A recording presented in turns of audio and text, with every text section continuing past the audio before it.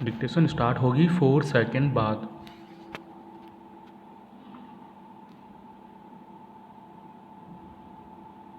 Start. 21वीं सदी के पहले 20 साल गुजरने को आए। पर्यटक धरती के रमणीक स्थलों से उठकर व्योम में सैर के लिए व्याकुल हो उठे हैं। इनके अग्रदूत के रूप में एक हंसता बोलता महिला रूप रोबोट भी व्योम में जाने की तैयारी में है। अंतरिक्ष ही नहीं, धरती से परे दूसरे ग्रहों में भी सामर्थ्यवान अपनी बस्तियां बसाने की तैयारी में है। इसके लिए आरक्षण करवाए जा रहे हैं। अग्रिम भुगतान की तैयारी हो रही है। लेकिन किसी पिछलग्गू की तरह हम अभी भी किसी नए फैसने परस्त मगर व्याकरण और अर्थ की दृष्टि से गलत भाषा का सृजन करने के स्थान पर अपनी अभिव्यक्ति में प्राचीन कर्मी भाषा के तकिए ढूंढ रहे हैं। जब युग के बाद युग बदलते जाए और देश प्रगति या विकास के बड़े बड़े दावे करने के बावजूद अपने आप को पीछे की ओर फिसलता पाए, सपने आकाश में अड़ने के हो और पांव पाताल की ओर रपटते नजर आए, तो इसे अपने भाषणों और दावों में एक तरक्की पसंद स्वप्न संसार रचने वाले लोगों को क्या उपालंभ दिया जाएगा? नाम बड़े और दर्शन छोटे। जी नहीं, इस देश की तरक्की की चाल के बारे में एक और बात भी कही गई है। 2 कदम आगे और 2 कदम पीछे। नतीजा देश की आम जनता के लिए क्या निकला कि महापुरुषों ने अपनी बस्तियां ग्रहों में बसाने की सोच ली और हमारा बसेरा पहले भी फुटपाथ था, आज भी फुटपाथ है।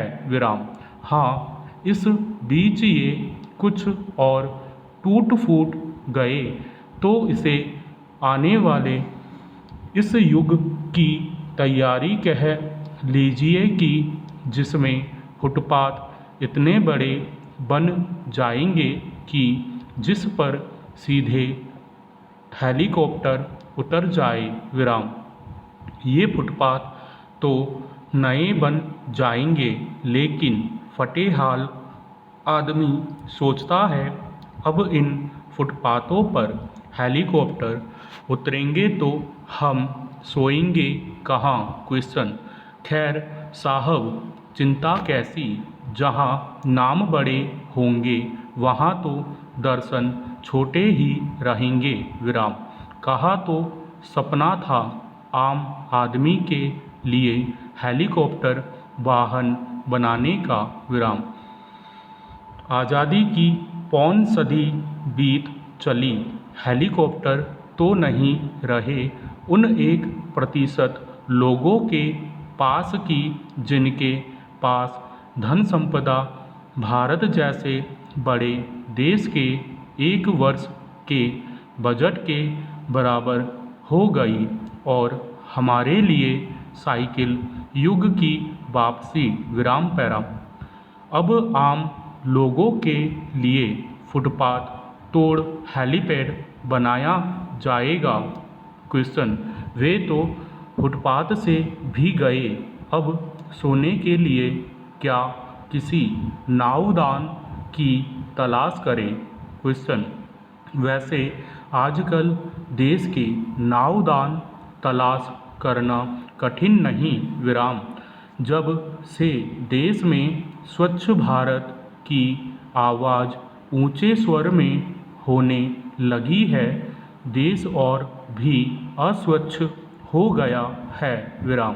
सड़कों के किनारे कूड़े के ढेर लगने लगे हैं विराम। सफाई का मशीनीकरण हो रहा है विराम। सप्ताह में रोज कूड़ा फेंकने वालों की ट्रॉलियां इन सड़कों के किनारों पर कृपा करती रहती है विराम। कूड़ा फेंकना बाकायदा एक व्यवसाय बन गया विराम। बड़े होटलों, अस्पतालों और व्यावसायिक संस्थानों का कूड़ा करकट बचा खुचा रात के अंधेरे में इन सड़क किनारे फेंकने के लिए बाकायदा कूड़ा माफिया और इनकी ट्रॉलियां बनाई गई विराम। देश में कूड़ा सफाई का मशीनीकरण हो गया विराम। एक ही दिन में सब कूड़ा साफ हो जाता है विराम। शेष 6 दिन इन किनारों पर नियोजित ढंग से कूड़ा फेंका जाता है विराम। आहा, 21वीं सदी के साथ कैसा कूड़ा नियोजन हुआ विराम। हफ्ते का काम एक दिन में निपट गया। अब मज़े से सप्ताह भर कूड़ा फेंकिए, एक दिन में उठवा दीजिए विराम। इस अभियान में देश अधिक स्वच्छ हुआ कि अस्वच्छ क्वेश्चन, इस पर चिंतन बाद में करेंगे विराम। अभी तो कूड़ा स्वच्छता अभियान के मशीनीकरण का प्रशस्ति गायन कीजिए विराम। चाहे तो ताली भी बजा सकते हैं विराम, लेकिन तालियां क्यों न सुरक्षित रख ली जाए। उधर घोषणा हुई कि व्योम की शोध के लिए 21वीं सदी के अंतरिक्ष यानों में बातचीत करने वाले आदेश पर सक्रियता दिखाने वाले रोबोट जाएंगे। और इधर यह सूचना भी मिल गई है कि स्वच्छ भारत के अगले कदम के रूप में अब बंद सीवरेज की सफाई रोबोट करेंगे विराम। वे बाकायदा आदेश सुनेंगे, जी हुजूर कहेंगे और सफाई के बाद आपसे बख्शीश भी नहीं मांगेंगे विराम पैरा। यानी बख्शीश युग का अंत होने जा रहा है विराम।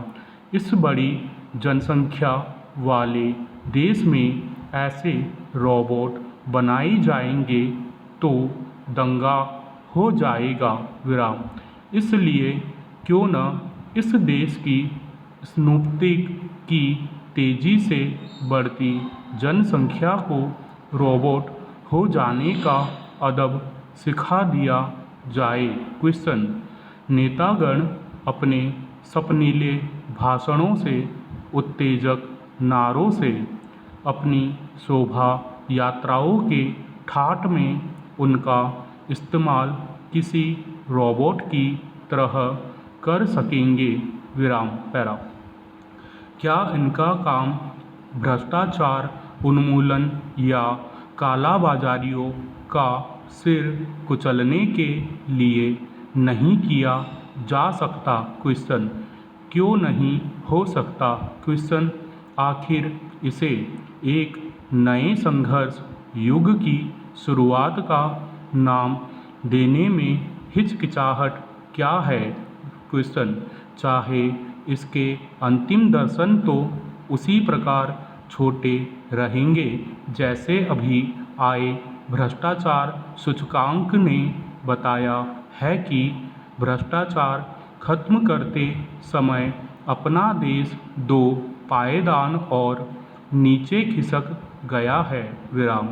इसलिए यहाँ भी केवल नाम ही तो देना है। स्टॉप।